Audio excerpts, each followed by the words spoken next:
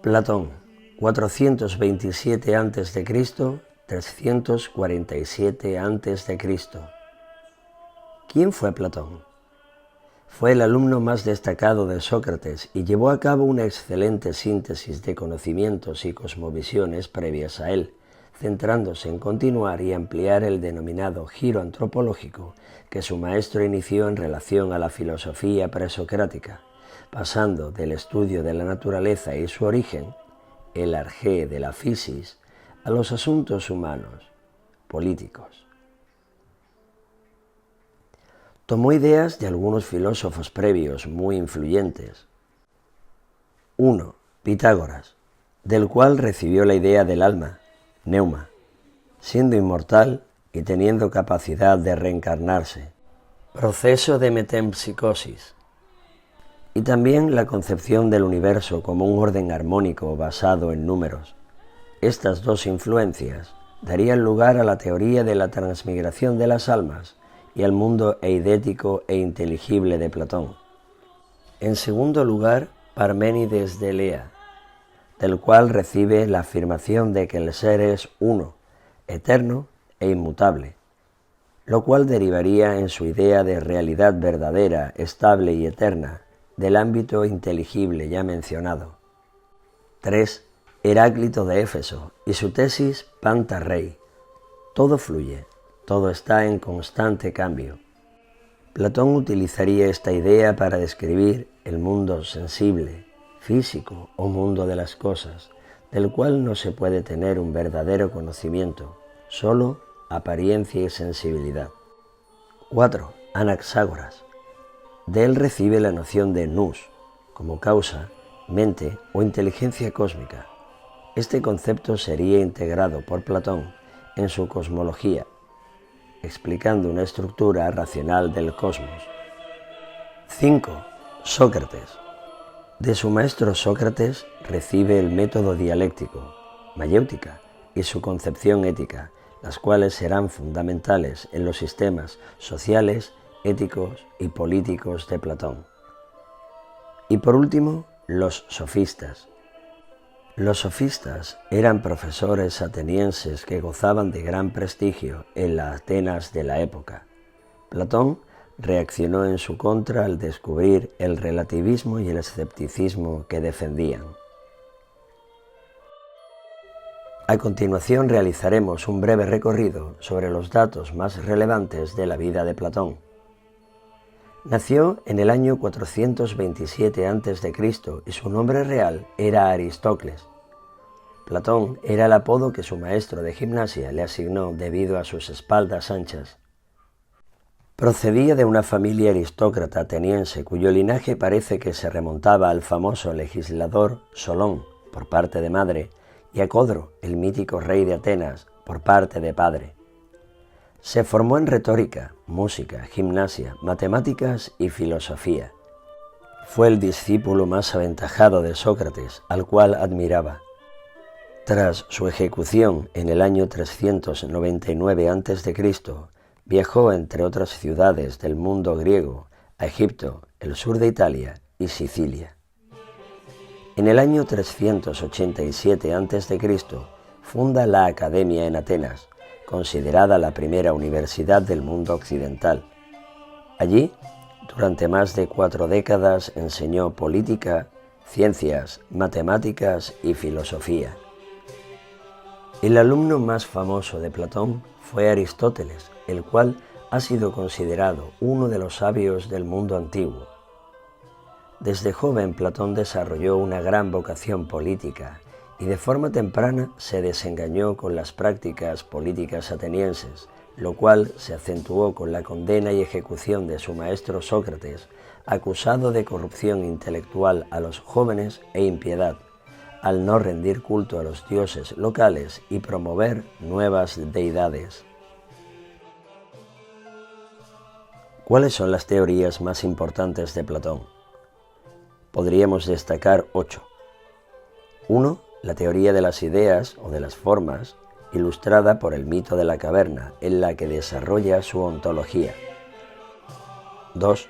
La teoría de la constitución del cosmos o cosmología platónica, en la que introduciría al demiurgo, el artesano cósmico o el hacedor de mundo físico, que serviría de nexo entre el mundo de las ideas, mundo idético, y el mundo de las cosas, mundo sensible. 3.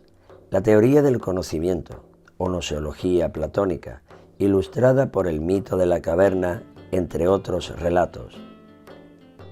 4. La teoría del alma.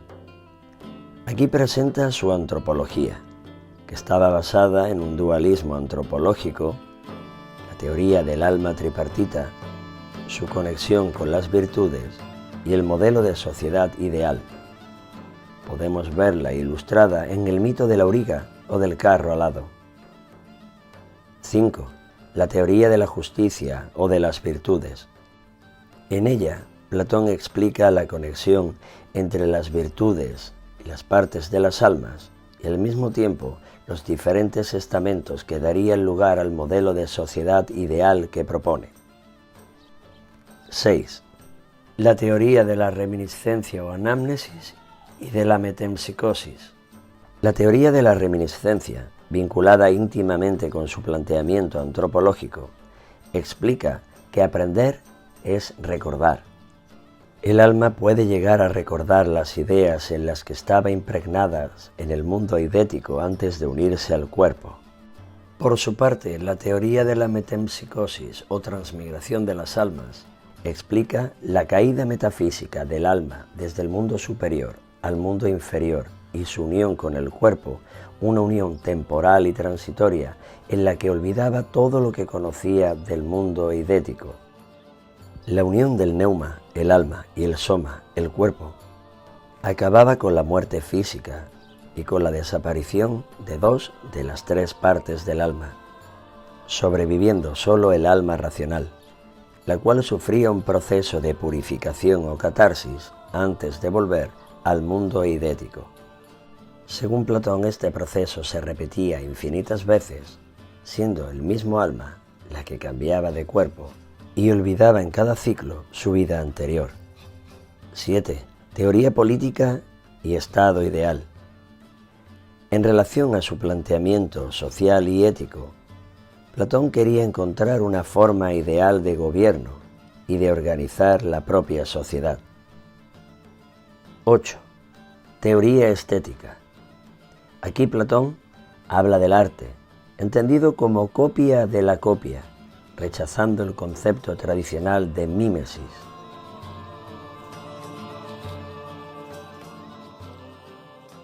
Comenzaremos explicando la cosmología y la teoría de las ideas de Platón. En primer lugar, analizaremos las influencias que recibió de autores anteriores.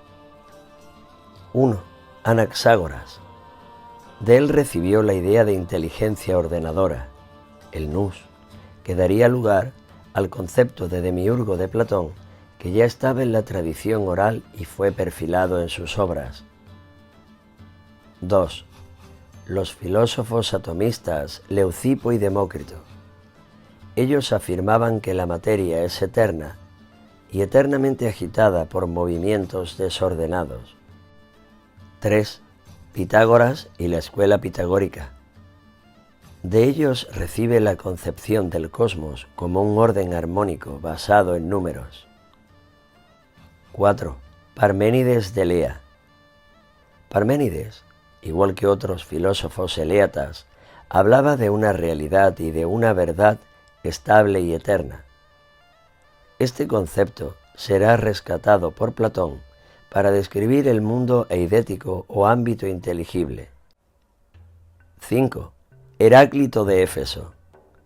Heráclito hablaba del movimiento constante del mundo físico. Una de sus frases más conocidas fue Panta Rei, que se traduce del griego como todo fluye. Platón rescata el movimiento constante del mundo físico para describir el mundo sensible o de las cosas. En segundo lugar, explicaremos el dualismo ontológico que presentó. La palabra dualismo significa dos o un par, y ontológico significa ser, realidad. Cuando Platón hablaba de un dualismo ontológico, se refería a que concebía la realidad dividida en dos niveles: un mundo eidético, superior, mundo de las ideas o ámbito inteligible sólo accesible mediante la razón del alma, y un mundo inferior, mundo sensible, mundo de las cosas o ámbito perceptible al que se accedía mediante los sentidos del cuerpo. Platón atribuyó características opuestas a ambos niveles de realidad. Analicemos su exposición en paralelo. El mundo idético está formado por ideas, mientras que el mundo sensible está formado por cosas, participaciones, copias o proyecciones. Las ideas del mundo idético o mundo de las ideas funcionan como modelos, arquetipos u originales, mientras que las cosas son participaciones de las ideas. Las ideas eran concebidas por Platón como eternas, preexistentes, inmutables e inmateriales, mientras que las cosas las describía como finitas, perecederas, mutables y materiales. La oposición entre las teorías de Parménides para el mundo superior y Heráclito de Éfeso para el mundo inferior dio lugar a una escisión novedosa para la época. El mundo superior o idético se entendía como el mundo real, al ser eterno, mientras que el inferior era el mundo aparente. ¿Qué relación estableció Platón entre ambos niveles de realidad? Aquí es cuando entra en juego la figura del demiurgo. El demiurgo es el hacedor del mundo físico o el artesano del cosmos. Es la personificación del concepto nous de Anaxágoras. Su función era tomar las ideas únicas y eternas del mundo eidético y crear múltiples copias sensoriales en el mundo sensible. En la obra El Timeo, Platón lo define como un ser intermedio entre los dos mundos, bondadoso, pero no omnipotente. Era un ser racional, una inteligencia ordenadora que materializaba las ideas. A continuación analizaremos las teorías relacionadas con su antropología, como la teoría del alma, la teoría de la reminiscencia o anamnesis y la teoría de la metempsicosis o transmigración de las almas. Para hacerlo, revisaremos las influencias que recibió sobre este tema. De Pitágoras y la escuela pitagórica recibió la idea del alma inmortal y su capacidad de reencarnarse, lo cual conduciría a Platón a su idea de la transmigración de las almas. Del orfismo hereda la influencia mística y la visión espiritual del alma, lo cual conduciría a la teoría de la metempsicosis y a la de catarsis o purificación en la teoría platónica. De su maestro Sócrates recibe la idea de que el alma es el núcleo del ser humano y el conocimiento moral es el camino hacia la virtud. Del mismo modo, recoge en su sistema filosófico la relación entre conocer la idea del bien y obrar bien. De ahí que Platón le diera mucha importancia al cuidado del alma mediante la educación. De Parménides de Lea, como ya hemos comentado anteriormente, recibe la idea del mundo real, que es eterno e inmutable. Este concepto también sería incluido en su antropología al afirmar que el alma pertenece al mundo eidético de las ideas. Por último, Heráclito de Éfeso. El mundo sensible o físico está en constante cambio. De ahí la explicación platónica de la tendencia al caos y a la corrupción del cuerpo, el cual pertenece al mundo inferior, mundo sensible o mundo de las cosas. Ahora sí estamos preparados para explicar el dualismo antropológico. Platón afirmaba que el ser humano estaba formado por dos elementos, el neuma o alma y el soma, el cuerpo. Basándose en el dualismo ontológico ya explicado con anterioridad, atribuyó características opuestas al alma y al cuerpo. El alma o neuma era preexistente al cuerpo, eterna, perteneciente al mundo idético. Era el principio de animación del ser humano, constaba de 3 partes y era espiritual. El cuerpo, por otro lado, se concebía como la cárcel del alma y el origen de sus males. Era mortal, material y pertenecía al mundo sensible. Platón habla del alma en sus obras República, Fedro y Timeo, y no aclara si el ser humano tiene 3 almas o un alma con 3 partes. Diferenciaba entre logisticón o alma racional, cimoeides o alma irascible y epicimeticón o alma apetitiva o concupiscible. El alma racional era la única que sobrevivía a la muerte física del cuerpo, al ser inmortal. Se ubica en la cabeza y su función es el razonamiento y la búsqueda de la verdad. El alma irascible era mortal, se ubica en el pecho y sus funciones son el valor, el coraje, la voluntad y el honor. Y en tercer lugar, el alma apetitiva o concupiscible era mortal, se ubica en el abdomen y se le relaciona con los deseos físicos, sexuales y sensoriales. A cada una de las 3 almas le asignó una virtud. Al alma racional, la prudencia o sabiduría. Al alma irascible, la fortaleza. Y al alma apetitiva o concupiscible, la templanza. En el mito del carro alado o mito del auriga, Platón representa alegóricamente las partes del alma y las virtudes asociadas a ella. La alegoría describe un auriga volando en una cuadriga alada, tirado por 2 caballos, uno blanco o noble y otro negro o innoble.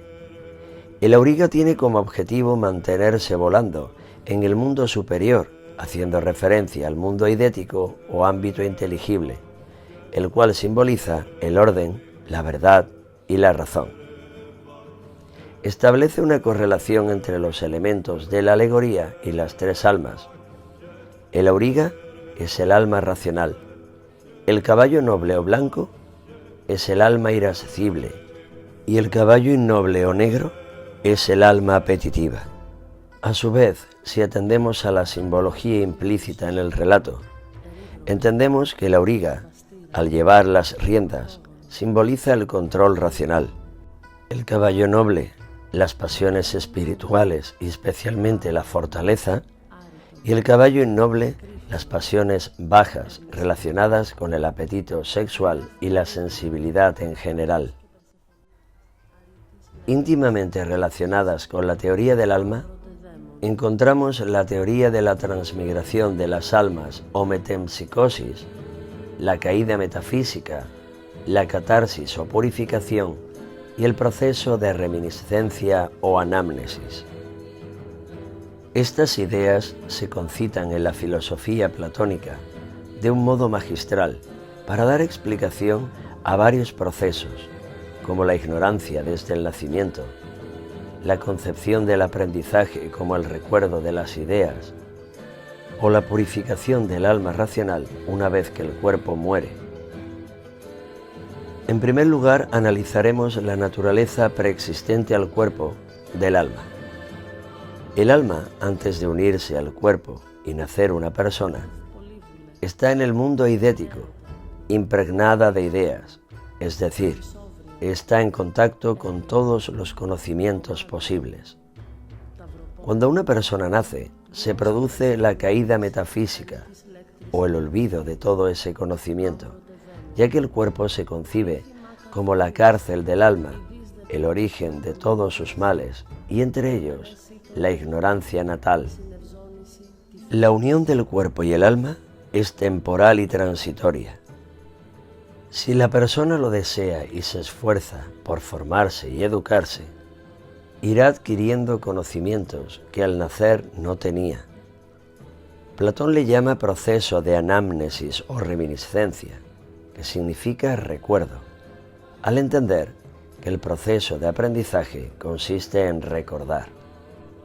Una vez que el cuerpo muere, también lo hacen el alma apetitiva y el alma irascible, solo sobreviviendo el alma racional que vuelve a subir al mundo eidético. Sin embargo, antes de llegar a su destino, debe pasar por un proceso de purificación o catarsis. El objetivo de la catarsis es eliminar cualquier contaminación que haya quedado en el alma, resultado de su unión transitoria con el cuerpo durante la vida.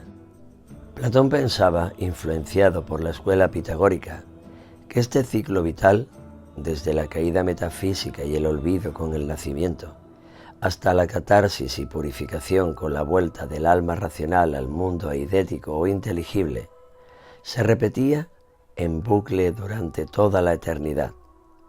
A esto lo llamó transmigración de las almas o teoría de la metempsicosis. Para comprender al completo la teoría antropológica de Platón, debemos preguntarnos por la relación entre la antropología y las teorías explicadas y su ética. Platón asigna a cada alma o cada parte del alma una virtud o arete, las cuales a su vez están ubicadas durante la vida física de la persona en una parte del cuerpo y se corresponden con las figuras mencionadas en el mito del carro alado o auriga. Veámoslo en una sencilla tabla de correspondencia. El alma racional es inmortal, se ubica en la cabeza, en el mito se representa mediante el auriga y su virtud es la prudencia.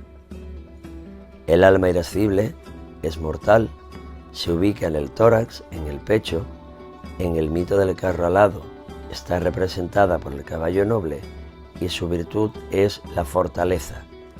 Y por último el alma apetitiva o concupiscible, también es mortal, se ubica en el abdomen, está representada en el mito por el caballo innoble y su virtud es la templanza. ¿En qué consiste la teoría de la justicia de Platón o teoría de las virtudes? En primer lugar, analizaremos las influencias recibidas sobre este tema. De su maestro Sócrates, recibe la idea de equivalencia entre vida justa y vida buena, así como la conexión entre virtud y conocimiento. De Trasímaco, el sofista, habla en su obra La República, y aparece definiendo justicia como el interés del más fuerte. Esto condujo a Platón a desarrollar una teoría sobre la justicia, alejada del relativismo y el pragmatismo de los sofistas, en la que la justicia tuviera un fundamento objetivo y racional. El contexto político ateniense fue decisivo. La condena y muerte de su maestro Sócrates, impuesta por la democracia ateniense, lo llevó a considerar el gobierno de la opinión de las masas como casi el peor régimen político. De ahí que buscara un modelo ideal basado en las virtudes. Por último, la influencia de los pitagóricos, los cuales concebían la justicia como la armonía entre las partes del alma y las clases sociales. De ahí la idea de equilibrio o justicia de Platón, que también utilizará en su teoría política. La ética platónica tiene como principal objetivo crear buenos ciudadanos y encontrar la fórmula de un estado ideal y justo. Siguiendo las enseñanzas de Sócrates, Platón desarrolla la idea del intelectualismo moral. Consiste en la identificación del conocimiento y la virtud, es decir, saber lo que es bueno es ser bueno. La virtud moral conduce a obrar bien. De aquí deriva la teoría del filósofo rey, de la justicia como equilibrio y síntesis de las virtudes. ¿Cuál es el principal objetivo de su ética? Alcanzar la vida buena, lo cual implica vivir en armonía con el alma y el orden racional del universo, procedente del concepto nous de Anaxágoras. Platón entiende que además de la participación de las cosas creadas por el demiurgo respecto de las ideas del mundo idético, las ideas también están jerarquizadas, siendo la idea del bien la más importante.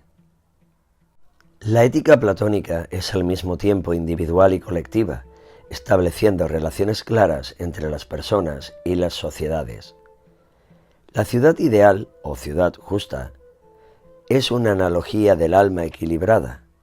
El orden fundamenta la justicia, en el alma de forma interna y en la ciudad de forma externa. La educación es un pilar fundamental en la filosofía de Platón, ya que es el medio para formar almas virtuosas y justas, que dará lugar a buenos ciudadanos.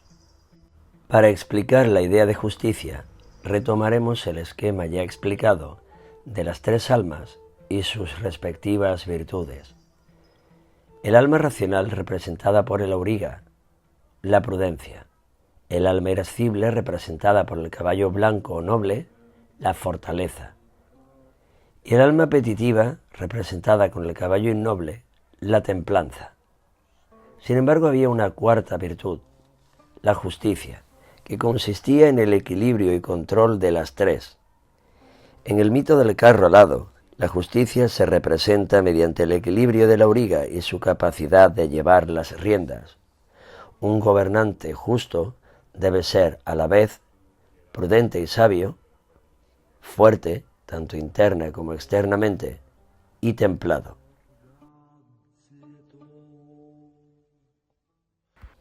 Al estar completamente conectadas la ética y la política, ambas comparten las influencias mencionadas: Sócrates, los sofistas, el contexto político ateniense y el pensamiento pitagórico.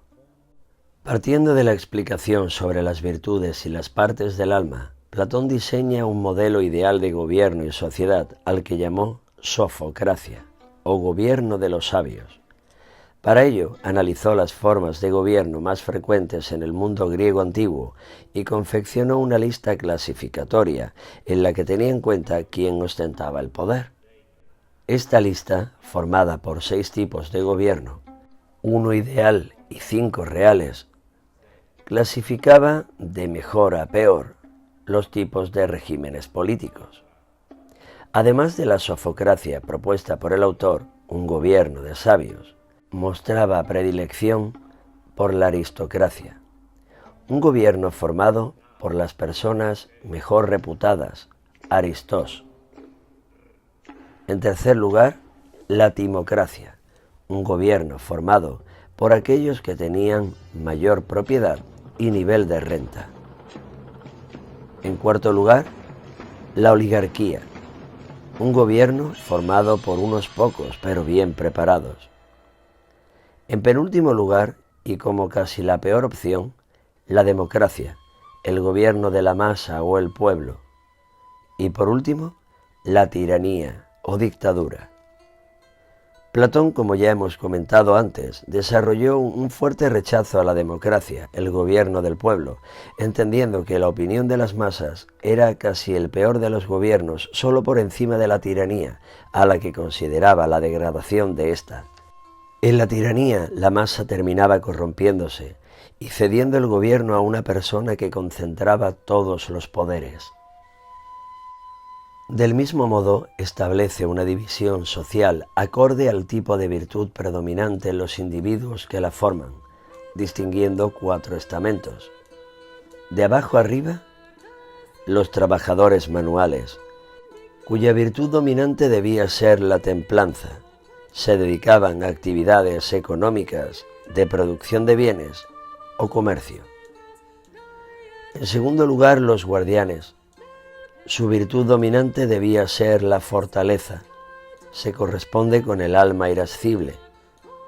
Las funciones que desempeñaban los guardianes era la defensa y el mantenimiento del orden en la ciudad. En tercer lugar, los gobernantes.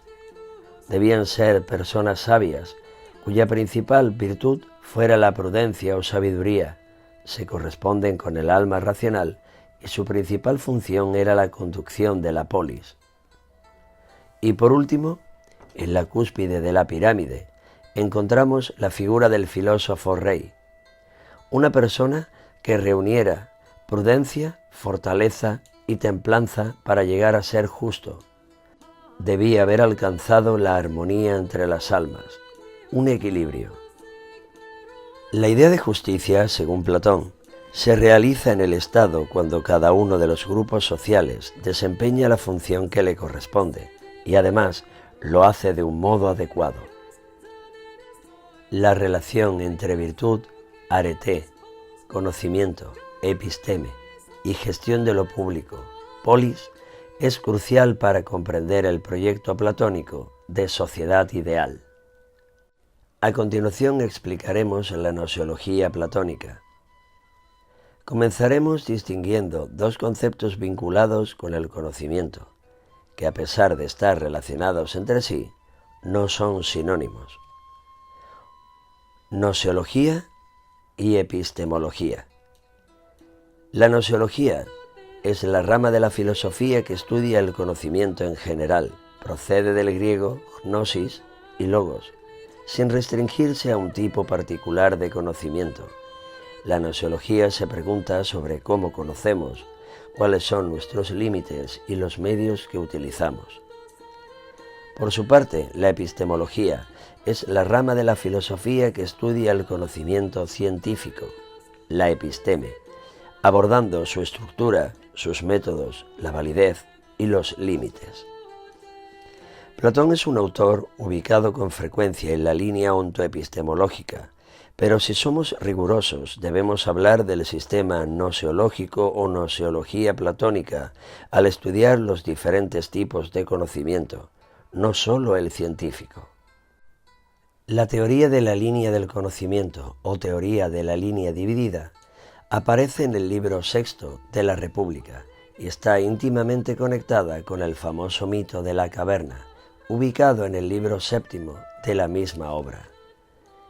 El sistema gnoseológico de Platón conecta el dualismo ontológico, dos niveles de realidad, el dualismo antropológico, dos partes del ser humano, y el dualismo gnoseológico, dos tipos de conocimiento, en una misma teoría unificada. Por este motivo resulta crucial entender la relación entre ontología, antropología y gnoseología. El mundo idético superior es conocido por la razón, la principal capacidad del alma o neuma, la cual produce episteme, conocimiento científico. Por su parte, y oponiéndose al anterior, el mundo sensible, conocido por los sentidos del cuerpo, por la percepción, produce doxa u opinión. Al referirse a los dos niveles de realidad desde un punto de vista gnoseológico y analizarlos desde el conocimiento, llama al mundo eidético, ámbito inteligible, en griego to noeton, la parcela de la realidad accesible al alma mediante la razón, y al mundo sensible to horaton, lo visible, del cual tenemos conocimiento a través de la percepción corporal. Como ya hemos comentado anteriormente, la gnoseología de Platón está fuertemente influenciada por las ideas de Parménides de Lea, realidad, verdad, eterna y estática, y las de Heráclito de Éfeso, panta rei, todo fluye. La teoría de la línea del conocimiento o línea dividida puede superponerse sobre el relato del mito de la caverna, pero antes de nada explicaremos sus diferentes escalones. Platón propone imaginarse una línea dividida en dos, que separa por una parte el mundo sensible, to horaton, del mundo inteligible, to noeton. Del mundo sensible tenemos doxa, la opinión, y del mundo inteligible tenemos ciencia, episteme. A su vez, la doxa u opinión se divide en dos partes. En primer lugar, eikasía o imaginación, y en segundo, pistis o creencia. Del mismo modo, la episteme se subdivide en dianoia, el pensamiento discursivo y la abstracción, y noesis, la inteligencia o el conocimiento puro. ¿Cuál es la relación de esta teoría con la reminiscencia o anamnesis? Retomemos la explicación que hemos dado antes para refrescarla. Platón explicaba que si una persona se esforzaba en adquirir educación y se formaba, su alma iría recordando, reminiscencia, las ideas en las que estaba impregnada antes de unirse al cuerpo y olvidarlas. Este proceso formativo va dotando a las personas de diversos tipos de conocimientos, dependientes solo del cuerpo o también del alma.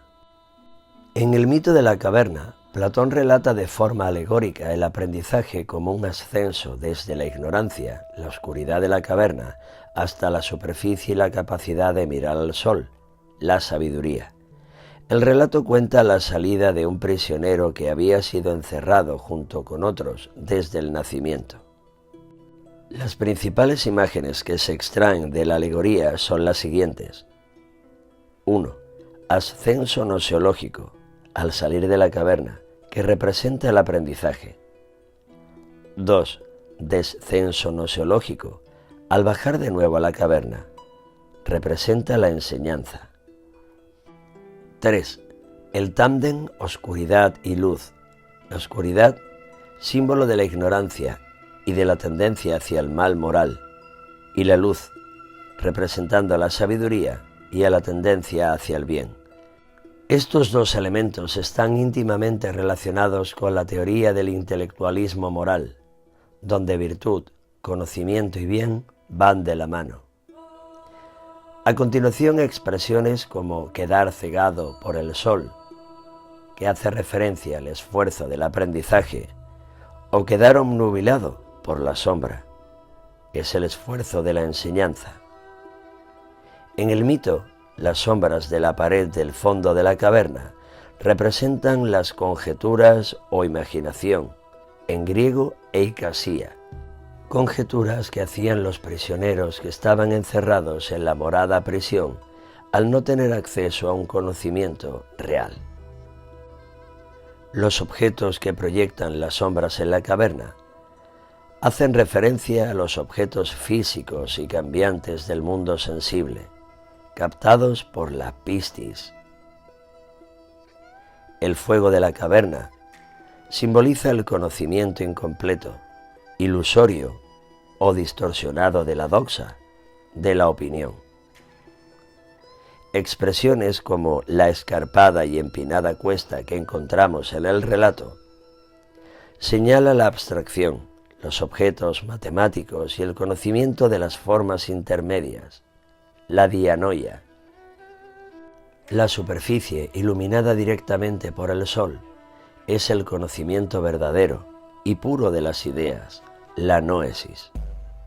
Por su parte, el sol representa la idea del bien, y el tabique o parapeto que separa el interior de la caverna, al fondo la morada prisión y el principio el almacén donde están los objetos, simbolizan la limitación del conocimiento sensorial, el engaño y la manipulación, así como la ignorancia impuesta.